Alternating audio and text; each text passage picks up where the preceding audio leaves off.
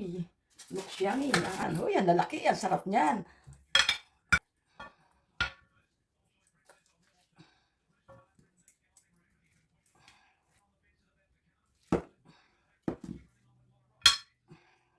Ayan.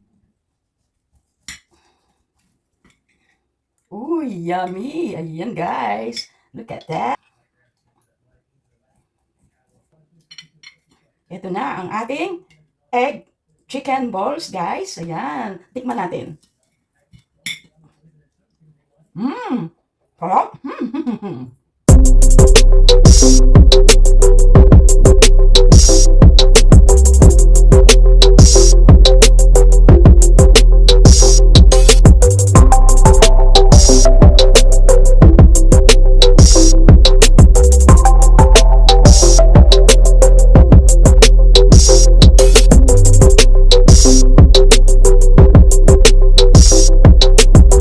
Hi guys, good afternoon, and this time I'm going to cook chicken head meatballs with mixed salad.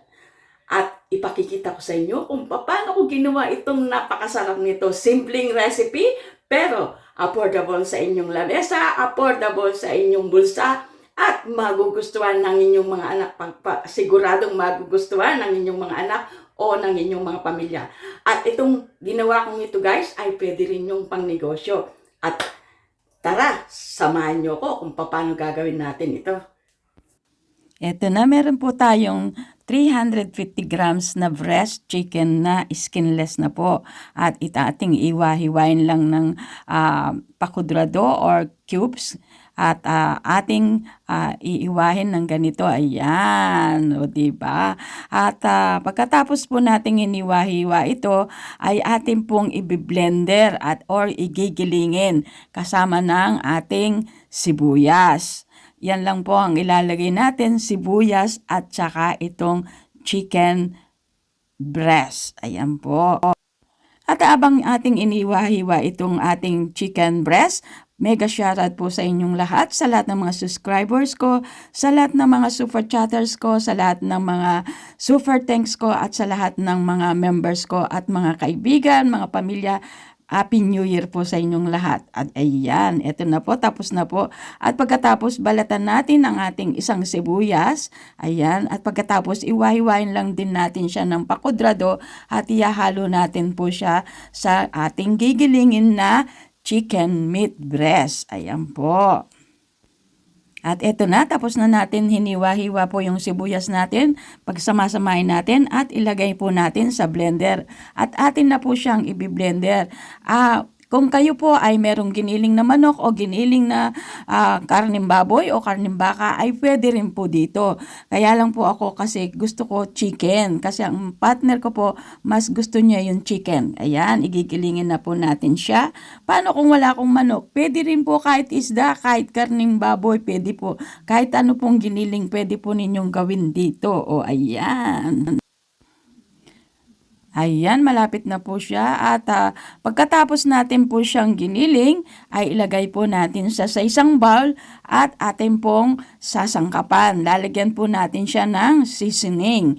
Ang ilalagay po natin dito, 1 kutsara o 2 kutsarang garlic granules. Ayan.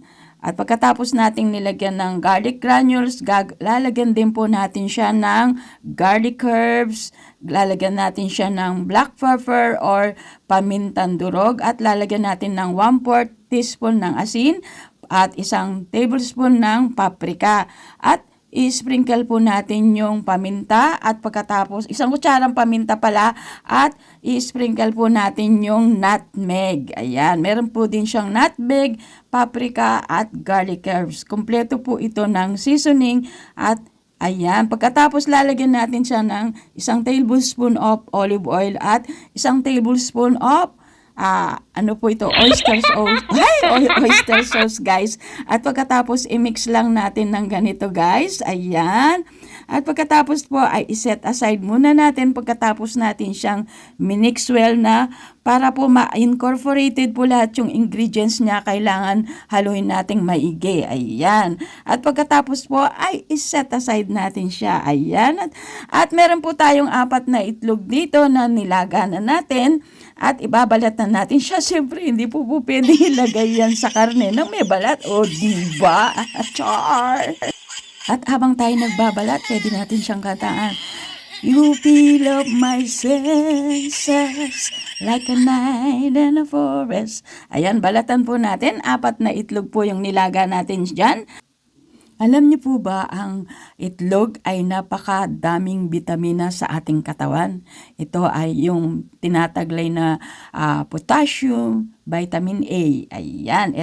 At kapag katapos po, mag-break po tayo ng isang itlog, scramble po natin siya. Dito po natin ididip yung ating bola-bola. Set aside muna natin at maglagay tayo ng 1/4 cup ng harina. At pagkatapos, meron po akong cornflakes dito. Ilalagay ko sa sandwich bag at atin pong dudurogin sa pamamagitan ng pagdikdik sa aking kamay. Didikdikin po natin siya sa aking kamay. At ayan, para po medyo madurog siya. Hindi po yung durog na durog kasi gusto ko yung merong nangunguya pa siya. At napaka-crunchy po niya kapag ka po hindi siya durog na durog. Ayan. Pagkatapos po ay lagay natin siya sa isang bowl din. At pagkatapos ay sisimulan na natin gawin yung ating chicken meatballs. Chicken egg meatballs. Ayun o. At isalin lang natin po siya sa isang maliit na bowl at pagkatapos po ay simulan na natin ang pag-firm ng chicken ball natin at lalagay natin sa middle yung nilagang itlog. Ayan, ilalagay natin yung ilalagay natin yung nilagang itlog sa gitna, syempre. O kayo, may itlog kayo sa gitna. Char! At pag na-firm na po natin siya ng mabuti, para po matakpan yung itlog, ibilutin lang po natin ng paganito. Ipo-firm lang po natin siya ng parang bola. Ayan. At pagkatapos, ididip po natin siya doon sa flour or harina.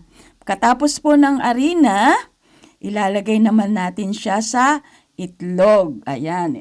Bibilutin muna natin lahat para po magkasabay-sabay na natin siyang ididip sa itlog at saka sa cornflakes. Ayan. Kung paano po yung ginagawa ko, ganun lang po ang procedures nito. Ayan. Napaka-easy, napaka-affordable po. At dahil simpleng recipe lang po ito, siguradong kayang-kaya nyo sa inyong bulsa. O, diba? Ayan.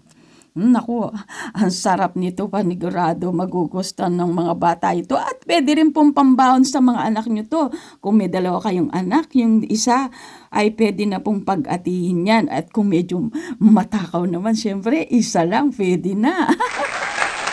Sa lahat po ng mga pamilya ko sa Pilipinas, mega shoutout po sa inyo. Sa lahat ng mga kaibigan ko, maraming salamat po sa suporta nyo dito sa ating channel, Erlinda 60 Mix Vlog.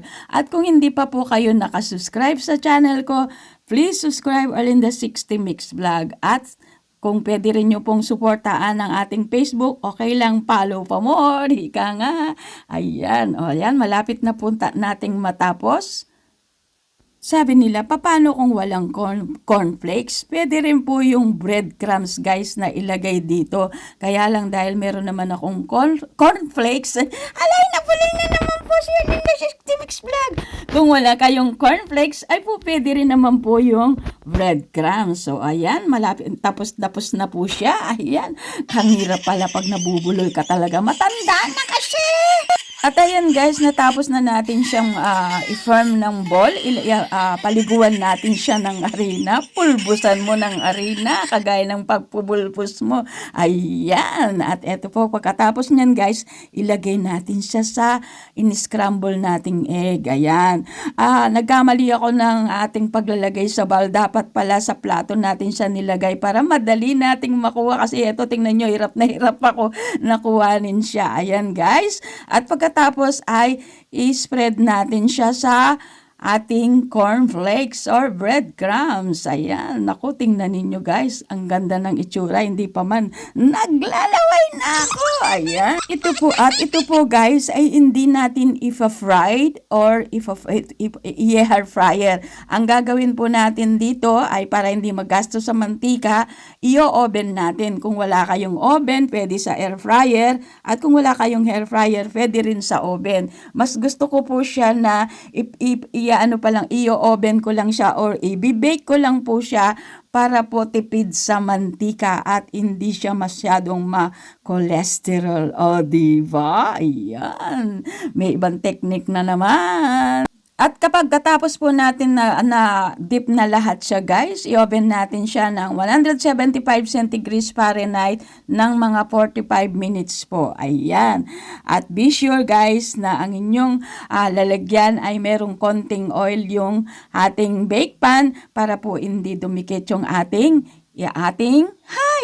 chicken egg meatballs. Ayan. Thank you for your watching. Mega shoutout sa inyong lahat.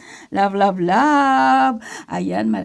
Tapos na po ang 2023. Umpisa na naman natin ang 2024 ng mapayapa. Sana po lahat kayo ay ligtas sa anumang kapahamakan. O diba?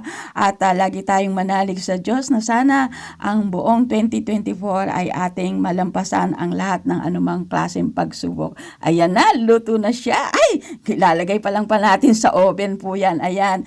Ayan. At eto na siya guys. Luto na ang ating chicken egg or egg chicken meatballs.